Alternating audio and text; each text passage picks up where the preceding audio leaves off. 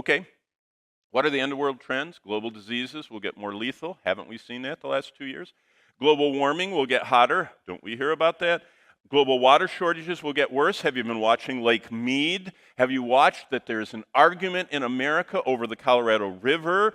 Because are we going to send the water, one direction to help Colorado, or are we going to send it the other way to help the millions of people in Arizona and California?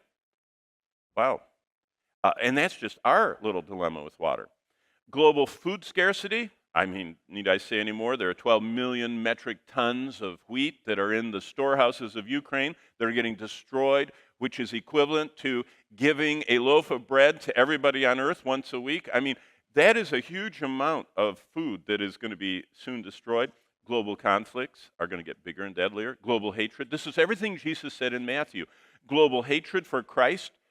It used to be for Christ. Now it's getting personalized down for Christians.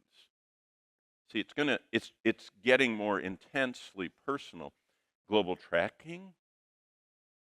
We'll see that in just a second. It's going to get more complete. I can't buy gas at a gas station without getting an immediate text from Visa or MasterCard telling me I just purchased something instantly like that.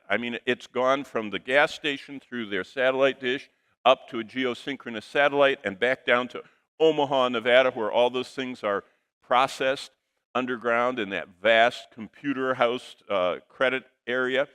And then it goes back to me, and it does it in less than a second.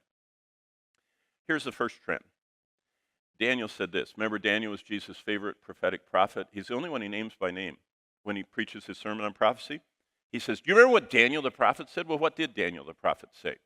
Well, here's one thing, Daniel 12:4. But you, Daniel, shut up the words and seal the book until the time of the end. How are we going to know when it's the time of the end? Number one, many are going to run to and fro. There is going to be this movement that's going to be unlike any other time in history. No matter how you take this, something is going to happen that's going to characterize the end of to and fro-ness. Well, let's just look at global transportation history.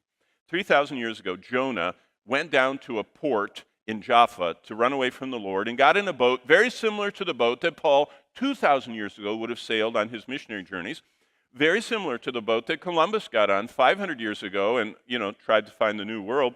Not very dissimilar to the boat that Ben Franklin, as in, from Philadelphia, Ben Franklin, went to the French to have them aid us in the Revolution. But then everything after 3,000 years started changing just over 150 years ago with the advent of the steam engine. No, before that, everything traveled by the speed of wind or the speed of horse or the speed of foot. Those were the three.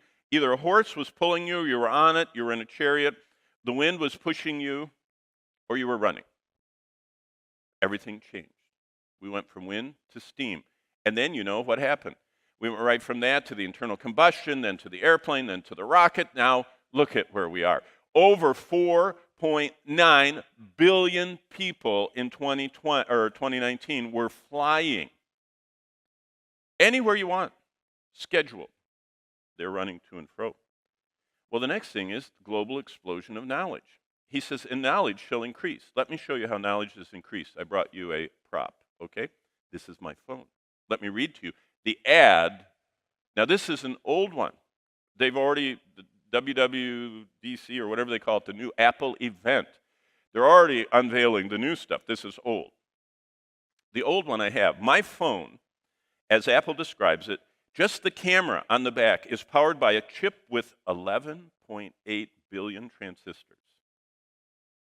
That's just this camera. You say, what does that mean? Well, it has a 16-core neural engine. It's capable of 11 trillion operations per second, aka tera. That's for the trillion. Teraflops. And you say, what is that? Well, for perspective, just 15 years ago, a teraflop computing could only be done by building-sized government-funded computers in Japan, USA, and the EU. Now we have one in our pocket. See, you have grown up with this. You don't realize how staggering this is.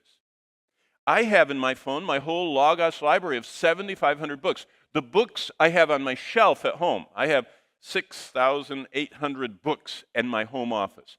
I have all of them on here with Logos, and I can search any word I want with them.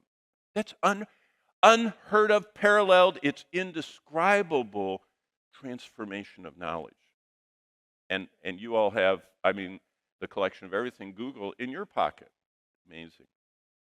What's happening? Well, look, they're analyzing everything. Did you know this week 2 things happened? One thing is they announced that some doctor somewhere, as he was drawing blood with a normal blood drawing needle out of someone's vein, it's the first time in history he pulled into the syringe microplastic in the bloodstream.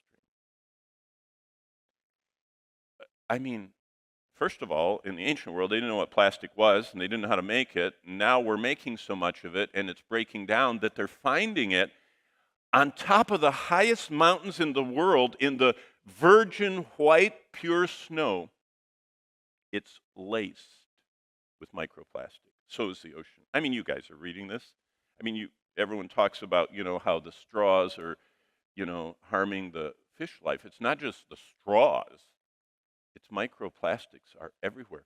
Plastic is ground up into such small pieces that we're breathing it in. It's going into our lungs, into the alveoli, into the bloodstream, circulating through our body, collecting in organs, and now they're pulling it out in blood draws. That's unprecedented knowledge. How about our weather? Jesus said there's going to be distress with perplexity in the sea, and waves roaring, and people's heart failing them from the expectation of what's coming. Well, look, here's the NOAA satellite image. Do you see that? Bonnie and I experienced that. That was last summer. That was the Derico, they called it. It was a wall of winds that devastated the crops across the breadbasket of the United States. And the satellites caught this. And it was, to the people that were there, we just were driving across Nebraska, then we went into Iowa, and I said, honey, look, all the cornfields, they were like, Dagon's statue bowing down to the ark. All of them had fallen.